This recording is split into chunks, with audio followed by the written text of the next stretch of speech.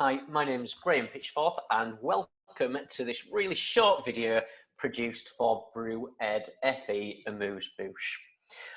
So my video is going to focus on the current situation of using technology for the purposes of education throughout isolation and COVID. So I've got the title Through the Looking Glass.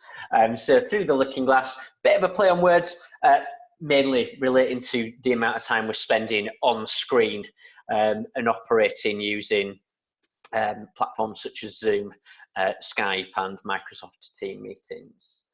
Got a bit of a subtitle there, Life, What Is It But a Dream?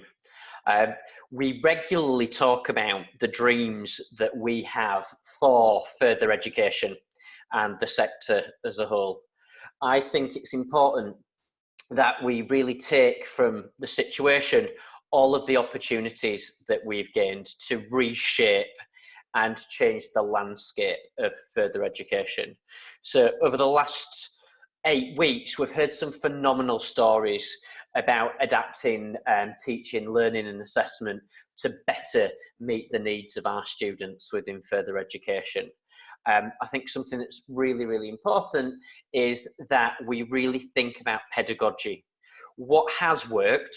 What can we take forward with us? And how can we shape things when we return to what we class as normal? So the next point that I've got here is focusing on logic being reversed. So throughout the last 8 weeks, logic has absolutely been reversed. Everything that we knew and believed in and understood about further education and the way that it operates has had to change and has done so really rapidly. So the planning, the structure and the routine set around by further education and the systems that we've got in place has completely changed. Now, for me, planning, structure and routine are seriously important. Without planning, structure and routine, everything absolutely falls apart for me. And I'm sure it does for those that I teach as well and those that you teach too. So I think a big rule for us to take away from this experience is to think about how we can add structure, routine and organisation to digital education. How we can make sure that our digital provision is as well planned and meticulously run as that real world face-to-face provision that we have.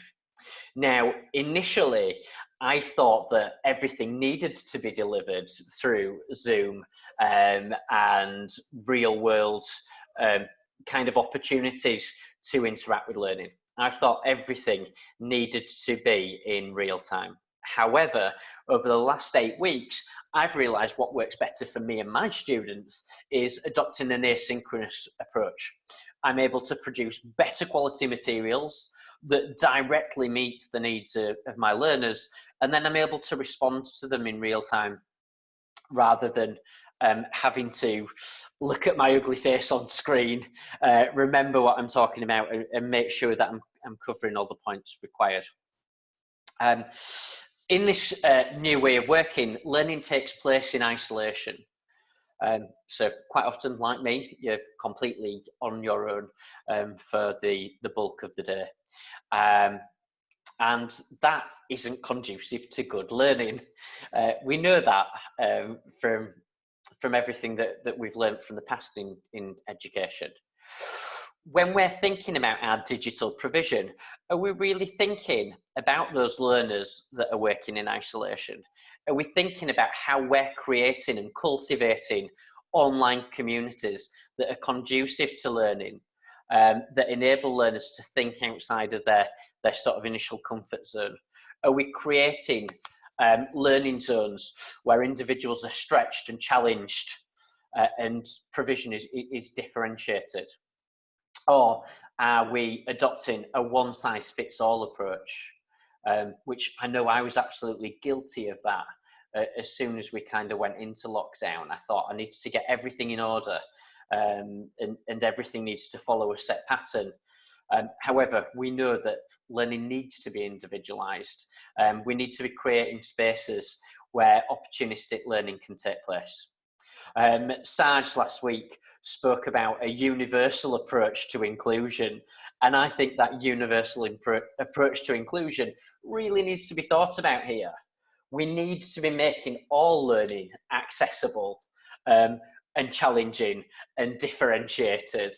We need to be providing an experience that meets the needs of every individual online, rather than that generic standard approach.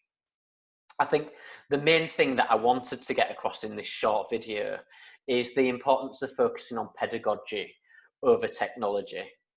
Now, there is a real push to be trying out all this latest tech, whether that's apps, software, or web tools, and being really up to date with the latest gadgets.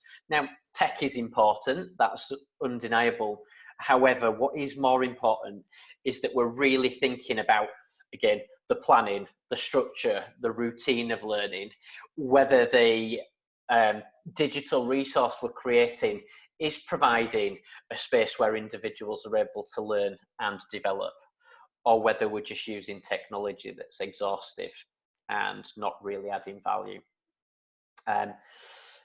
So to kind of wrap this up, I think that it'd be really interesting if you could comment underneath this video about activities that you've created and things that you've tried with your students that have really worked whilst operating digitally and remotely.